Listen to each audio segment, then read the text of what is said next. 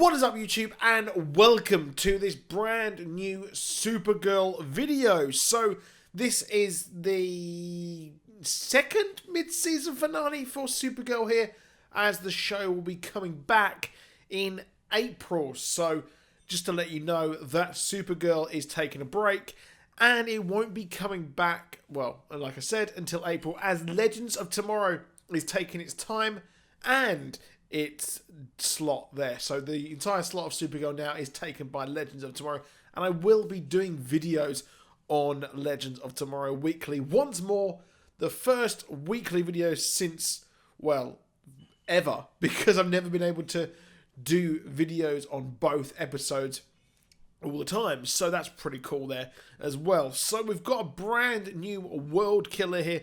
We saw previously in the previous episode here, we've got the brand new one, Purity. So Purity is a young lady who is just outside of National City, and the whole thing around her has been that they were able to locate her due to using kind of anomalies with births and also kind of weird events that have happened around the birth as well of these kids. So there is quite a big group of people that could be world killers, because we've got Pestilence coming up as well. So there is another world killer, and I expect they'll probably release maybe one more as well, but because there was about 5 in the comics, and Doomsday was possibly one of them as well. But this new world killer is interesting. So we see the group sort of actually think that, you know what, we've got them. We're going to land at a house, we're going to take her in, that's it, job's a good one. Quite similar to the way that, well, the Team Flash thought they had DeVoe and they just rocked up and thought they had him, but they found out it was just a normal dude in a wheelchair. So quite similar parallels there, and it's quite interesting to see them work with this. But this episode was very, very light on the action somewhat.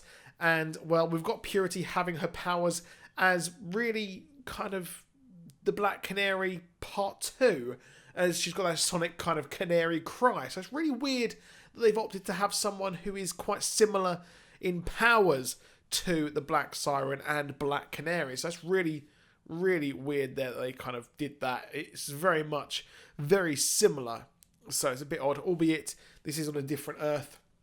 So yeah, this could be how they get their powers or whatever. Maybe I'm just totally, completely overthinking it. But now this is very much the start of the DEO working out just who these world killers are. We've got Rain already. They haven't worked out that Rain is currently kind of like a normal person. It's Samantha, but she gets triggered and turns into the world killer kind of Rain. And this is the start of them starting to work this out. Halfway through the season, they're going to start working out that, well, these world killers, these people, they are normal people, except something sets them off. So then we've got her taken to the DEO, and we've got Alex, who is increasingly angry. So she was upset and things like that before the mid-season finale. Then she got with Sarah Lance and then was, well, happy. But she's still completely reeling and hurting from the fact that Maggie is, well, still kind of in her heart. And that's what's making her become a really cynical person. And we see the two ideals of Alex versus Kara, who's very optimistic, and we see those come crashing together there. And these two ideals, while they both kind of have validity in their ideals, they do both sort of make sense. Well, at the end of the day, you need both all in one. You can't just be one really or the other. But we see the bad cop, good cop against the world killer Purity here, who seems to see the inside of, see what people really think. So these names are a bit very loose terms here. Rain, Purity, and then Pestilence probably won't just be one giant horrible plague there. But she's able to actually see inside Kara, see what makes them tick and things like that. And that's where she probably gets a lot of her powers actually from. So seeing these two work to, or kind of fight against each other, these two sisters, it's not good to see, because, you know, we do actually like them, and they actually thought they had a win here, bless them. but Maggie is still in her bind, and really we know that the actress is coming back. The show's creator said that it was an open door. She's not a season regular. She is just a recurring. So she will be back this season. So I expect her to pop up maybe in the next few episodes after this.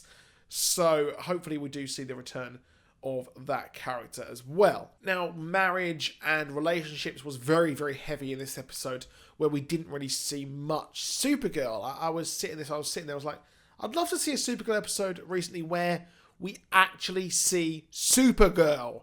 It'd be weird. Imagine if we had an Arrow episode where there was no action, no focus on Arrow and solving crimes and mysteries, where they just literally focus on everyone else. Oh wait, they've done that. And that is real fault of Arrowverse, where they kind of don't focus on the main character and the main character fighting villains. It just seems that Supergirl comes in at the end and punches someone and that's it. But Mon-El here has revealed that his marriage to John Johns while they're drinking some Martian moonshine, which I thought was really just absolutely bizarre. They're on the Legion ship and they're discussing the fact that this is a sham marriage and they did it just to unite the worlds. So this is quite similar to the comics as well, with the fact that they kind of unite all of the worlds within the universe together. But the whole fact that Saturn Girl doesn't actually marry Mon-El. She's actually supposed to be married to Lightning Lad. So it's really, really weird there that they've decided this, and the fact that, well, the marriage is not what it's meant to be. So is this an idea, a way of a get out of having Saturn Girl and Mon-El actually married, and a return to, well, Kara and Mon-El actually being a couple? So that's pretty cool there. We're probably going to learn more about the Legion of Superheroes in the next couple of episodes. We know that when it returns, it's going to be more centric on the Legion of Superheroes. So we'll learn more about the history and how they came to be and came to be formed. We haven't really seen much of Brainiac, so hopefully we're going to see more of this Legion of Superheroes and have some flashbacks, hopefully, to the Legion forming and some of their early missions. I really do hope that that actually happens. And I think this is just them signposting that, well, or hinting that this is going to be the end, and Kara and Supergirl, Kara and Mon-El will actually get back together. Now, I was expecting Brainiac and Supergirl to get together at some point, which is really, because we have seen that in the comics and also in the cartoons as well, that they actually had a history together. But this all leads to at the end where we have Imra, Saturn Girl, mention that there is a real mission. Now, what is this real mission? The lead theory is the fact that it is to do with Saturn Girl's sister. While she does have a sister, just briefly in her history, a big history in the comics, it's not really major. It's not major at all. Which is why I think that maybe they're going to be going down the Lightning Lad or Lightning Lass route and mention that, or maybe turn her into that history where she has a twin sister, and actually that is Lightning Lass, perhaps Ida Rand's. Maybe they'll change that up just a tad. Again, maybe I'm thinking just too much into that, to be honest. But the crux of this episode, again, was the crystal. So while we had this relationship backdrop that I've just talked about, we did have Purity, and the crystal was the focal point. The crystal is the one that controls Rain. Now, so she controls Rain, or it controls Rain and turns her into Rain. It never mentions, we never really hear why these characters become Rain. I expect it is possibly due to kind of a trauma or something inside them. So the kind of, it is a fight or flight, as we saw in the start. So that's probably what causes it. But maybe this crystal actually allows the user to actually control them, because at the end of the day, these are world killers. These are biological weapons at the end. So the person who created them probably wanted to turn them into the actual weapon. And possibly Kara's mother is behind this, as we saw in the first episode. We saw her face turn into a kind of weird, grotesque thing. Although, again, like I said, I could be reading too much into it. But there is an idea of that. A nugget of an idea. But at the end, we have Rain appear in front of Lena.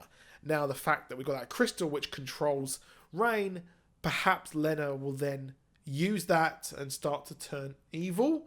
I can't help but think that she's starting to turn in some way and turn into her family heritage, which is, you know, being evil and anti-alien. And if she can control that, if she can control the world killers, maybe she can get her brother out of prison, perhaps.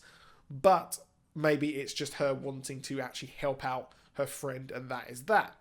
However, that is it for Supergirl. We are done until April, but I will be doing videos. If there's any kind of interesting synopsis or trailers that come out or theories, I will do that as well. So please do check out our social links below.